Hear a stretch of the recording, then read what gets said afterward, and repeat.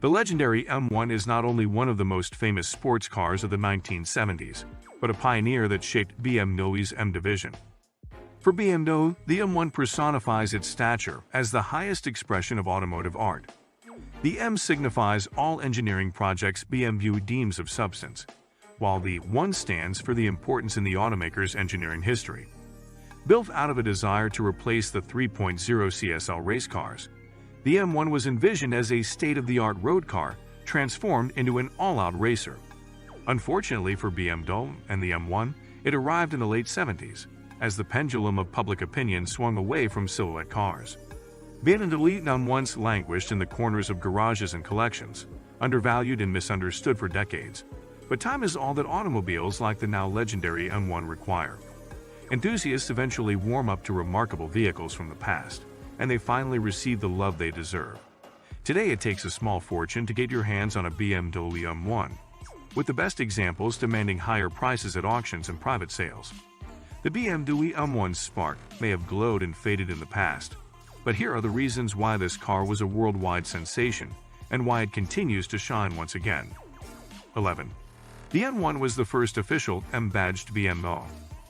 In 1972, BMW established BMW M GmbH, formerly known as BMW Motorsport GmbH, as a subsidiary to facilitate its racing program. The first official M-badged road car for sale to the public was the M1.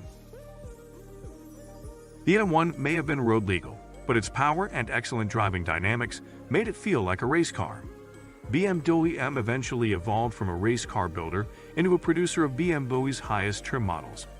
M-badged BMWs typically come with modified engines, suspensions, transmissions, exterior modifications, and interior upgrades to set them apart from normal BMWs. 10. BMW built the M1 as a homologation special. Jochen Neerpasch, the BMW Motorsport division's head in the 70s, initiated the M1 project to rival Porsche in Group 5 racing. However, due to setbacks and production delays from a collapsed partnership with Lamborghini, changes in Group 5 rules forced BMW to build the M1 for Group 4 racing. Group 4 racing regulations mandated automakers to a production run of at least 400 road-going versions of any competing car, and they would have to resemble the race cars strongly. Considering BMW Motorsport focused on turning road cars into formidable racers, the homologation requirements had not been deemed a challenge. 9. Giorgio Giugiaro created the M1's pioneering design.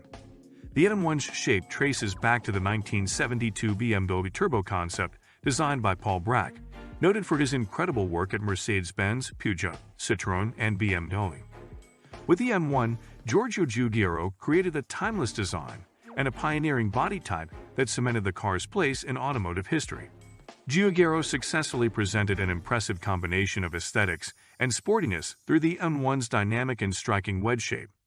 The distinctive look is characterized by a flat kidney at the front, folding headlights, and black slats over the rear window. 8. Each M1 model was handmade. Part of the M1's design appeal comes from its low height of 1.14 meters, a feature that proves fundamental in achieving a low center of gravity. However, the execution of the car's incredible Italian lines was undoubtedly the most crucial ingredient.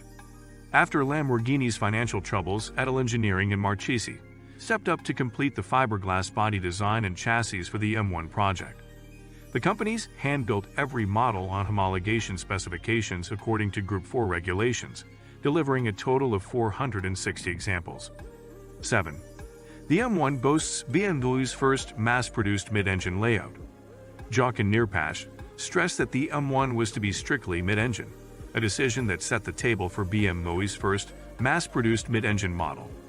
The road version received a 3.5-liter inline-six petrol engine with 4 valves per cylinder and a mechanical injection, an impressive configuration that was far ahead of its time.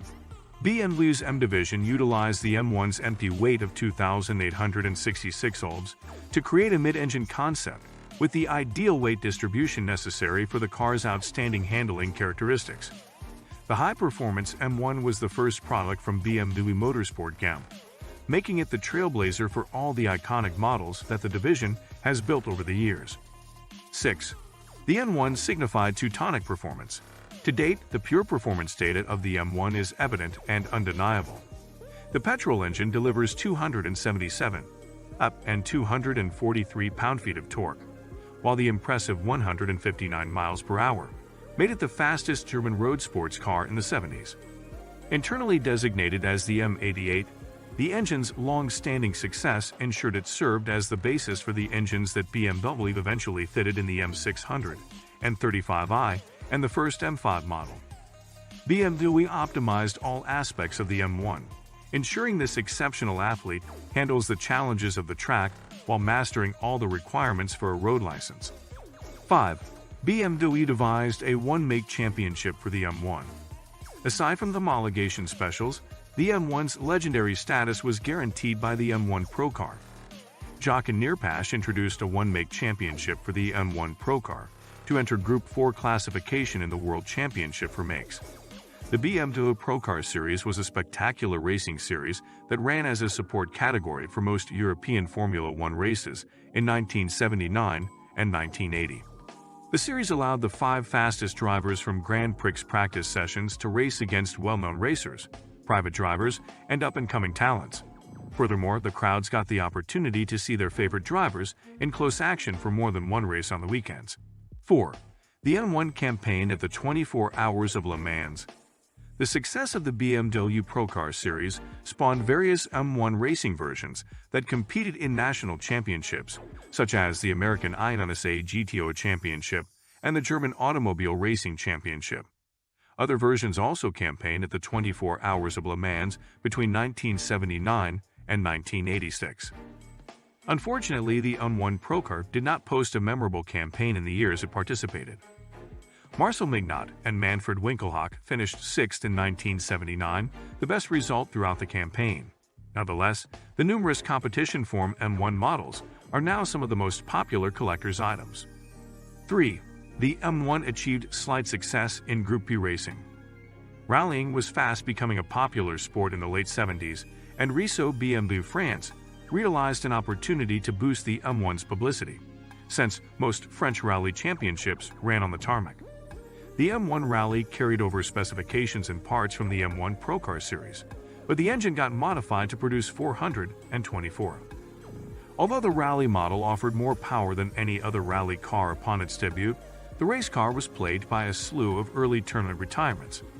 Despite being heavy, large, and expensive to run, the M1 enjoyed a bit of success with second-place podium finishes in both the 1982 ADAC Rally Waterfalls and 1983 Rally d'Antibes.